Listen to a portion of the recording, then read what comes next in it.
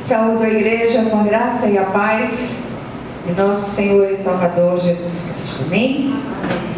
Nós vamos abrir nossa Bíblia hoje no Evangelho de João, capítulo 6, e nós vamos ler do versículo 16 até o 21. Evangelho de João, capítulo 6, do versículo 16 até o 21.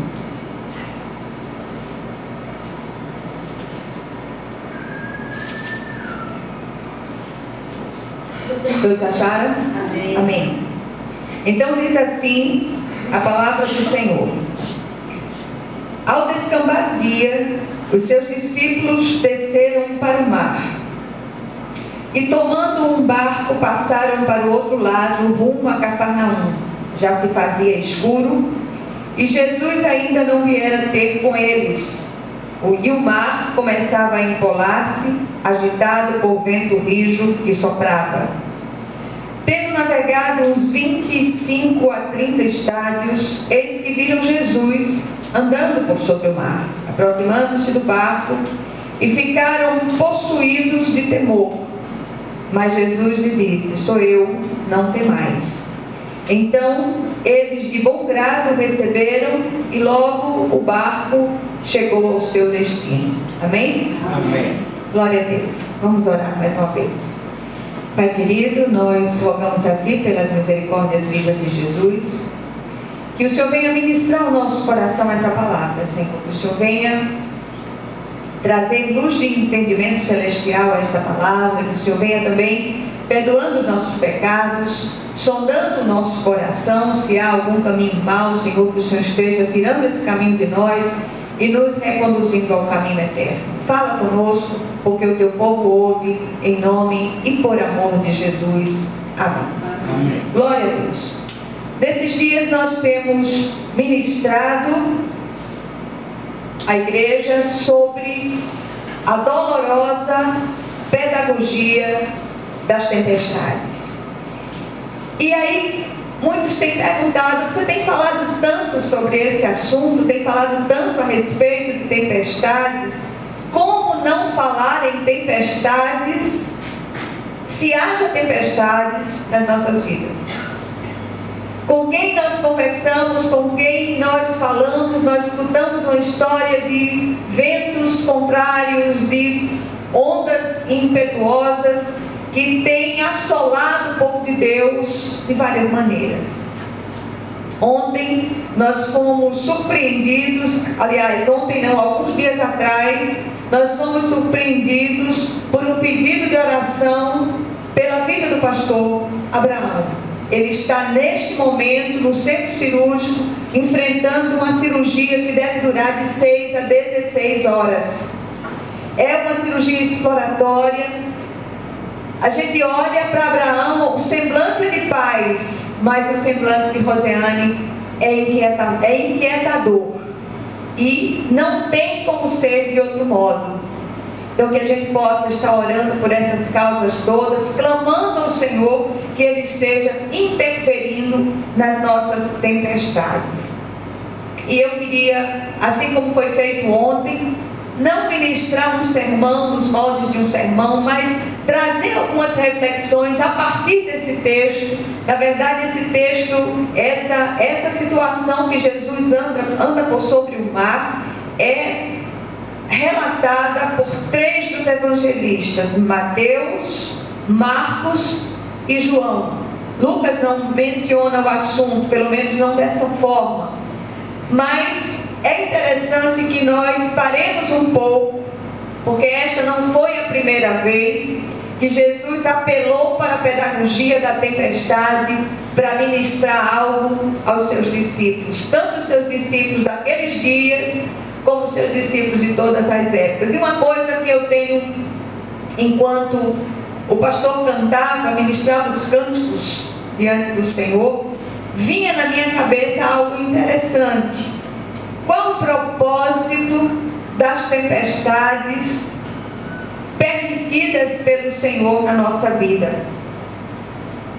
E uma coisa que me veio à mente foi o seguinte: muitas vezes as tempestades, elas vêm para nos ensinar algo, para nos edificar, para trazer alguns concertos para as nossas vidas, ou para que nós sejamos testemunho daquilo que Deus operou em nós para a vida de outros. Isso aí que é complicado. Senhor, por que eu? Por que minha vida? Por que minha família? O Senhor sabe porque tem permitido algumas coisas. Então, este método tem sido usado pelos séculos dos séculos. E cada um dos evangelistas, é interessante ler os 3 relatos para que a gente tenha uma ideia maior daquilo que Jesus desejava ministrar. Cada evangelista, ele traz um detalhe interessante sobre o assunto. A segunda coisa que me chama a atenção é que nós temos sido assolados com rijos ventos, com grandes ondas, e temos a exata impressão, em muitos momentos, que nós vamos submergir, tragados pela voragem do mar, de aflições pelo qual temos passado. Porque não tem um dia que nós não enfrentemos uma luta tremenda nas nossas vidas.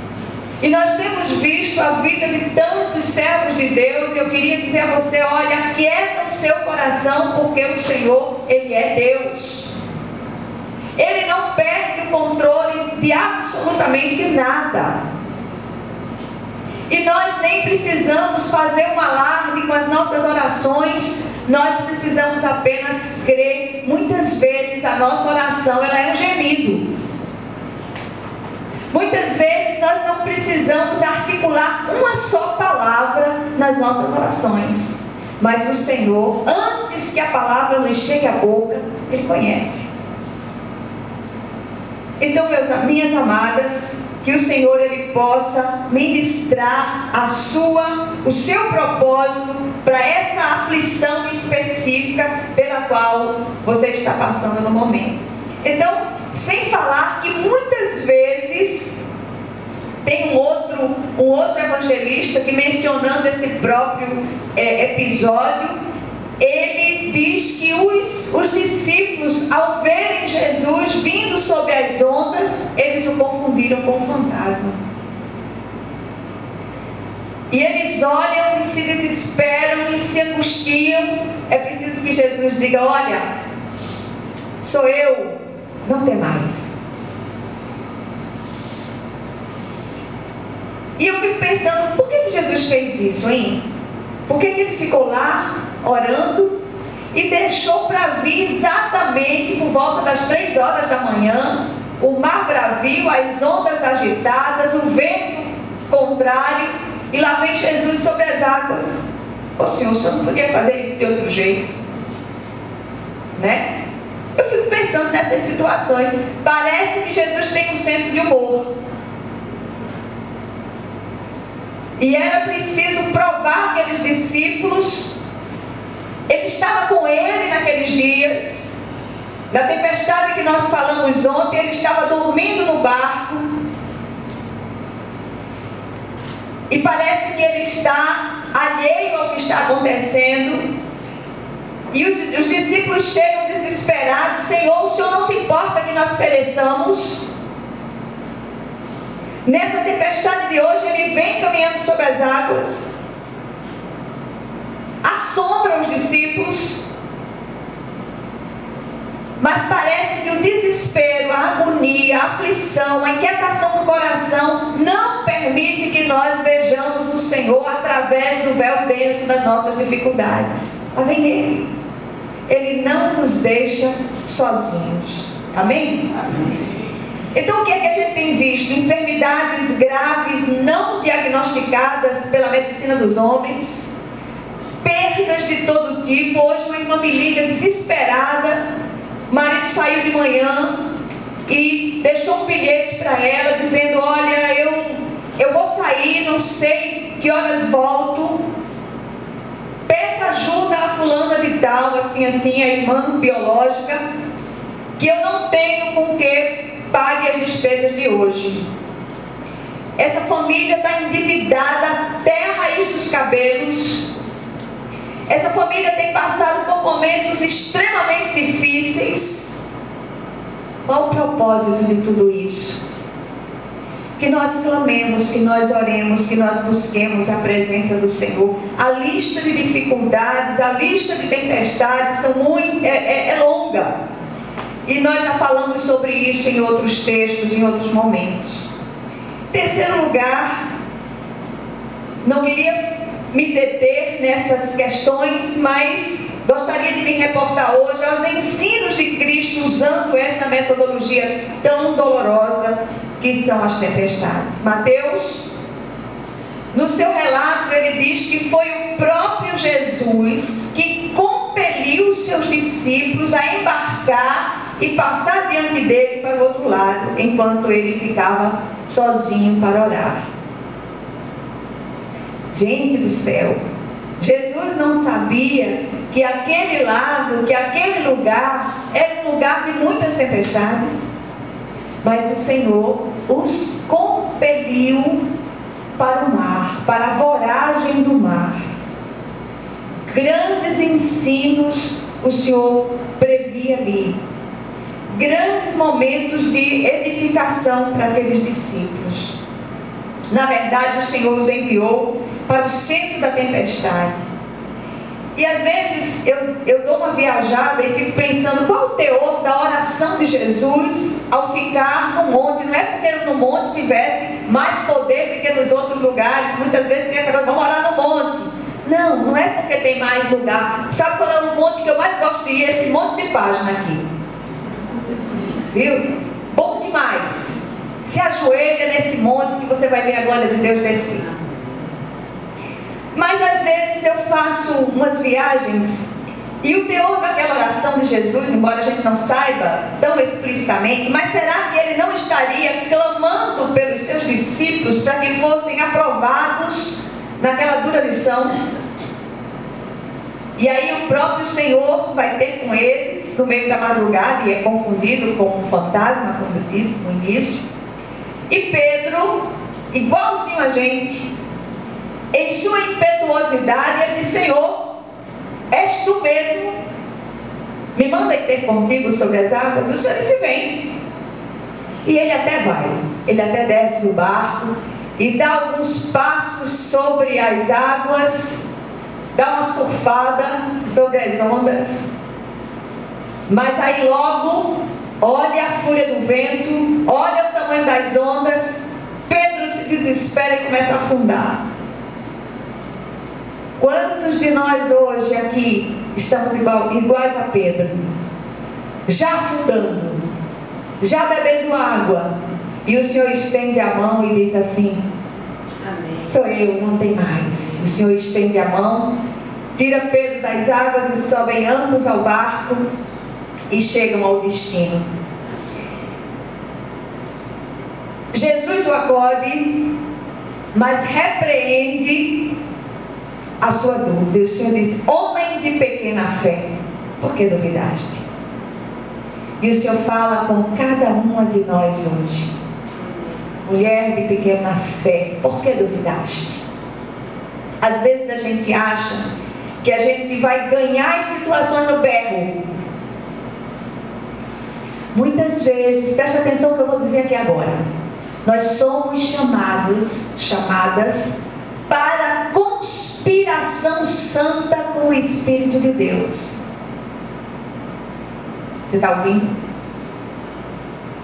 Ora baixinho, chama o Espírito Santo de Deus num cantinho e começa a ministrar. Olha, não tem cão que fique. Você está ouvindo? A autoridade não é grito. A autoridade é um nome. E se chama Jesus, o Cristo de Deus. A primeira vez que eu tive contato com batalha espiritual, mas assim, na vera, como se diz, foi uma visão que o Senhor me deu naqueles dias. Eu estava muito envolvida numa batalha espiritual. E o Senhor me deu uma visão que eu não desejo a ninguém, porque a figura não era das mais bonitas. E foi um medo tão infeliz que eu quase morro. O sangue me gelou nas veias. E aí o Senhor veio ao coração, não com uma voz externa, mas na forma de um pensamento, e disse: descobre a cabeça e repreende em nome de Jesus Cristo.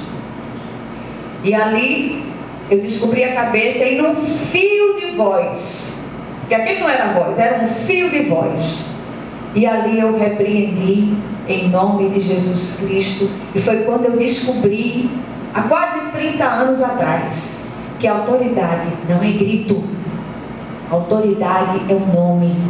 E aquela figura se desfez como se fosse de fumaça. Amém? Amém? Amém. Então, mulher de Deus, autoridade não é grito. Entra na conspiração santa com o Espírito de Deus e você vai ver a glória do Senhor descer na situação. Às vezes nós precisamos orar de uma maneira que aquela pessoa que se opõe a gente não escute, mas o que está nela vai escutar. Amém? Amém. Glória a Deus. O que esta tempestade atual pela qual você está passando, tempestade que eu estou passando, pode nos ensinar? Primeiro, as horas dramáticas sempre avultam aquilo que tão cuidadosamente tentamos disfarçar: medos, dúvidas, incredulidade, impetuosidades, visões equivocadas e tantas outras coisas. E quando o Senhor permite que nós passemos por essas tempestades e essas coisas venham à tona, o Senhor quer tratar. O Senhor quer trazer mudanças e consertos. Amém? Segundo lugar, Jesus quer que aprendamos, e no meio dos nossos terrores, Ele grita: tende bom ânimo, sou eu, não temais. Em terceiro e último lugar, com Ele chegaremos em segurança ao nosso destino. Amém? Amém. Que o Senhor, Ele aplique essa porção da palavra aos nossos corações, em nome de Jesus. Amém? Amém. Glória a Deus.